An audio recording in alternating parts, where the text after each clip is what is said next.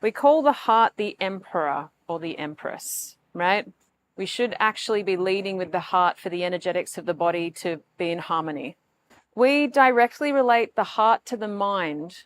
So if we're treating the mind in Chinese medicine, we go straight to the heart, because the mind is just simply a parameter of the heart. If the heart's working well and the heart emperor is in his throne, which means he is running the show, the mind will be clear. If he's not running the show, or he's got low resources, or he's not getting what he needs, mind starts to fragment. We have the general sitting off to the side as the liver.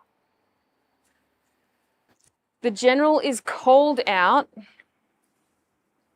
when he is needed for intensity, for stress, for dealing with things really quickly. Think of how quickly adrenaline kicks in when you need it. Liver is called out. He runs the show. He has access to all the resources in the whole body. Like if we're in war, and war is trauma probably, if we're in trauma, we got to get out quick. Fight or flight or freeze. He'll make the call. And it's quicker than you could ever comprehend, right? You just react, don't you? You're like, why did I freeze? I wish I did run, or I wish I fought for something, whatever. He makes the decision based on your resources. Yeah, it's not up to your conscious mind. What I find in modern society right now is the liver or the general is running the show. And he's got a really big link to the ego. So if the ego is running the show, it's all about how we look, how other people like us, how well we achieve, how much we keep ourselves safe, how make sure we never let our guard down and we never act weak ever. But the true ruler and emperor is the heart. And I imagine like a Buddha, Dalai Lama type energy, happy, relaxed, doesn't lead with force. And our job is to protect the emperor and keep him or her in power. So if we leave the general in charge, he's going to lock down all the resources and he's going to respond to the situation as if we're in a dire situation, right? This is where people can start burning resources really quickly, because he can take from the cauldron, he can take from the resources of the kidneys, and he can do what he wants. This is when we're so stressed we can't eat. And we're so stressed that we never link into our intuition. We never stop to think, hey, is this the right thing that I'm doing? The heart emperor is a very different frequency. The heart is unconditional love, trust in all things, connection and peace. So you might think of it as narratives in the mind. The general is like, this is a situation, we need to get out or we need to fight that person right now because you can't go through that shit again, right? And you're a victim here, right? And they're not treating you right.